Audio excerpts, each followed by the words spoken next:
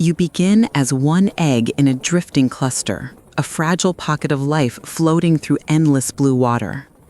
Inside that egg, you are smaller than a grain of rice, almost invisible, but your heartbeat has already started counting down. The empty casing that held you wobbles away in the current, proof that protection here lasts only for a moment. Far below, your mother's body lies still on the seafloor. She starved guarding you, and you will never know her face. Now the water brightens around you, particles dancing like dust in sunlight as you rise into a world that doesn't care you exist. Huge shapes glide in the distance, each one large enough to erase you from the story without even noticing. Instinct pulls you upward, and your tiny tentacles paddle clumsily, every stroke a desperate attempt not to sink and vanish.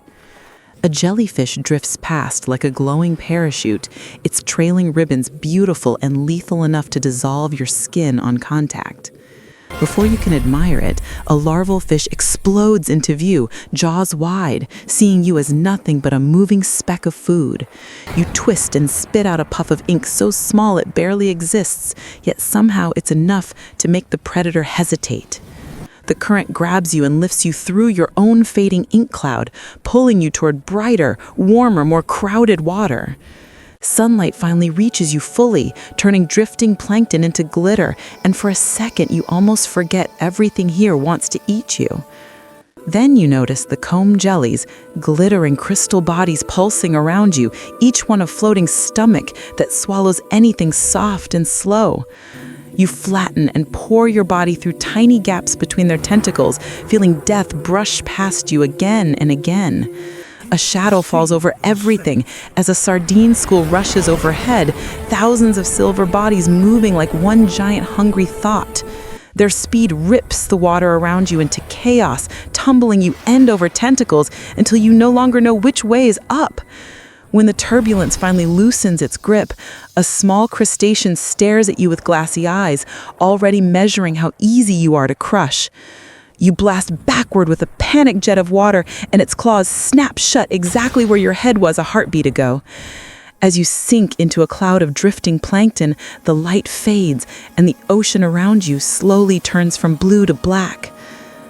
Night brings a different kind of brightness. Living lights flicker on in the dark, and a lanternfish rises with a glowing lure that steals your attention. You freeze, hypnotized by the dancing light, and only survive because a larger hunter slams in from nowhere and swallows the lanternfish whole. The shockwave of that kill passes, and the night currents quietly lift you higher, as if the ocean doesn't notice how close you just came to ending.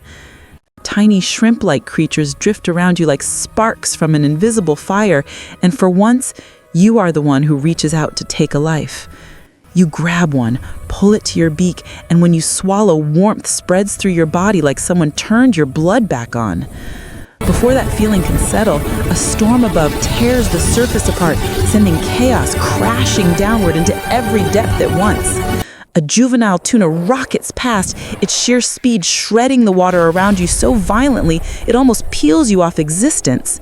You tumble end over end until you slam into a drifting feather, clinging to it like it's the only solid thing left in the world.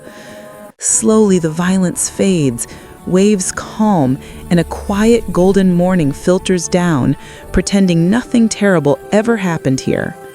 In that gentle light, a floating forest of kelp appears, and for the first time, the ocean offers you something that looks like shelter.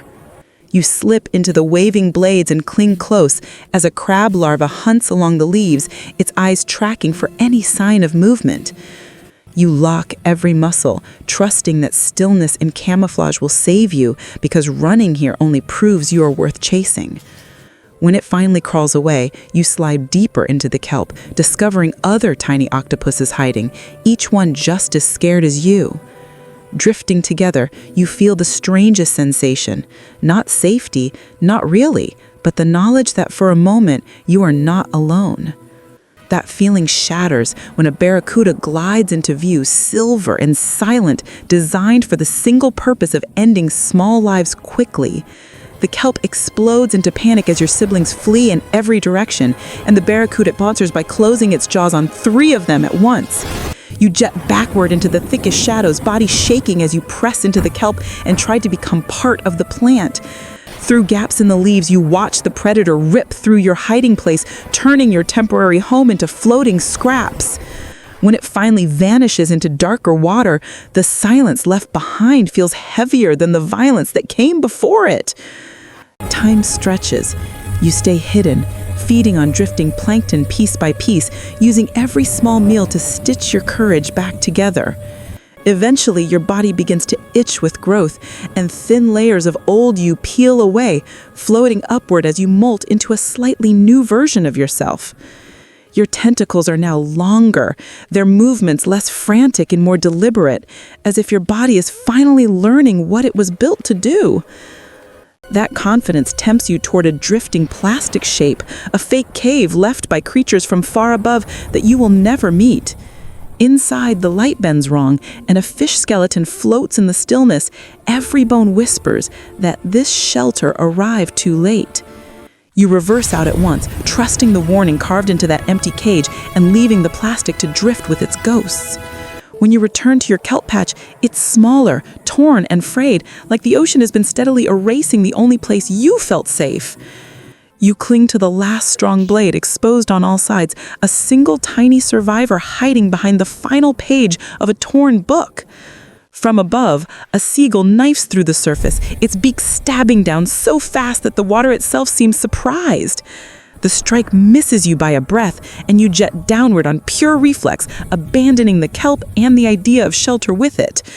Now there is only open water again. No walls, no forest, just an endless blue that feels too large for something as small as you. But as you move, you realize your tentacles no longer flail. They guide you, smooth and rhythmic, like you finally belong to your own body. Below, subtle vibrations warn you that hunters are rising again, and you feel the danger through water before you ever see it. A striped fish launches upward, jaws snapping where you floated a second ago, turning the calm around you back into a weapon. You answer by jetting backward in a clean, controlled burst, leaving only a trail of bubbles where your soft body used to be. Warm light pours down from above, wrapping you in gold, and for a breath you feel like the ocean is glad you're still here. You hold position, tentacles uncoiling slowly, letting your heartbeat settle as the current cradles you instead of trying to kill you. A gentle push from that same current carries you into a new stretch of sea, an unexplored neighborhood in this borderless world. Below, the shadows of predators fade back into the deep, not defeated, just uninterested in something they couldn't catch today. One last silver fish darts past your face, close enough that you see its teeth before it vanishes like a bad thought. You slide sideways using careful jets, not fleeing blindly this time, but choosing where your body goes and how fast it gets there. Above you, sunbeams pour down in thick, golden columns, turning every drifting particle into glittering dust floating through liquid light. You drift into that quiet zone where plankton falls like slow snow, and for once food comes to you instead of running away. You gather a small cloud of it, fold it gently into your beak, and feel another layer of weakness lift from your muscles. As you molt again, thin sheets of old you drift off and dissolve, leaving behind a body slightly tougher, slightly sharper than before. Your tentacles now move with a strange new grace, every curl and uncurl a rehearsal for the creature you are trying to become. A glowing feather-like organism drifts nearby, and curiosity nudges through your fear, reminding you that not everything new is danger. You wrap around it, testing your grip, feeling every suction cup hold and release, learning through touch how your world is built. Below, the water darkens again as another wave of shadows gathers, because in this ocean, calm is never allowed to last too long. You rise quickly, leaving the forming swarm behind, not because you are faster, but because you saw the threat before it saw you. Another predator rockets upward, missing your body by centimeters. You feel its wake slap against you like an invisible hand. This time you stabilize almost elegantly, steering with small corrections instead of wild panic, like you've practiced this 100 times. You glide into a patch of nearly still water where the current softens and the whole ocean seems to exhale around you. Your mantle pulses with faint color shifts, tiny patterns that mean nothing to anyone else, but tell you that you are still alive.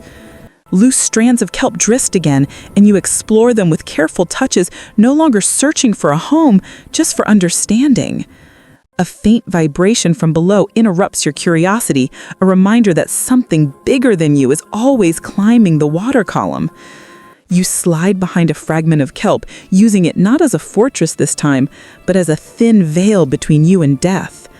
The shadow rising beneath grows larger and sharper, a predator tracing the line between light and dark, hunting anything that hesitates. You don't hesitate. You burst sideways in a streak of motion, leaving the hunter to stab into empty water in frustration. Light opens up around you again as you drift into another pocket of calm, a secret room carved out of turbulence and fear.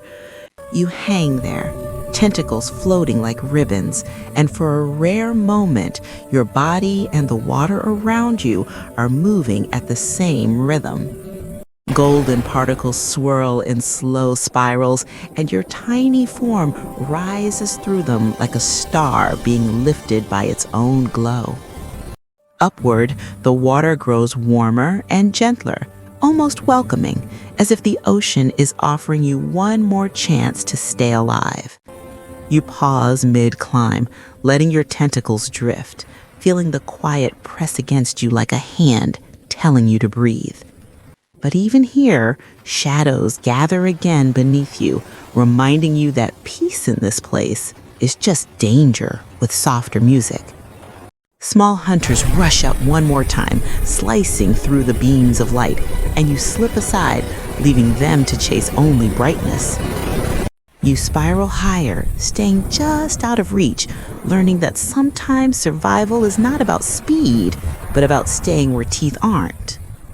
Eventually, they fall away into the dark once more, and the water between you and them fills with nothing but distance. You glide forward, your tentacles moving in slow, confident waves, no longer the flailing panic of a creature that just hatched. The space around you softens into a quiet sanctuary of gold and blue, a brief and fragile island of safety in a hostile sea. You pass through the brightest beams, your skin catching every shimmer, looking for a moment like you were meant to be here all along. You rest fully and completely for the first time, letting the ocean hold your weight while your mind catches up to your body. Then, almost without deciding to, you rise again into warmer light, chasing something you don't understand but can't ignore. A last vibration shakes the water below, and you curl reflexively, ready if the ocean decides to test you one more time. A small darting fish lunges and misses, and this time you don't panic, you just move, letting its failure slide past you. You answer with a smooth, controlled glide, carving a clean line through the water like you finally know how to exist here.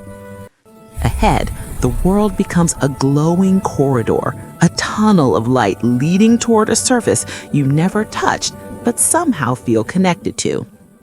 You hover there, centered in that radiance, tentacles floating like silk, a tiny survivor resting inside something that almost feels sacred.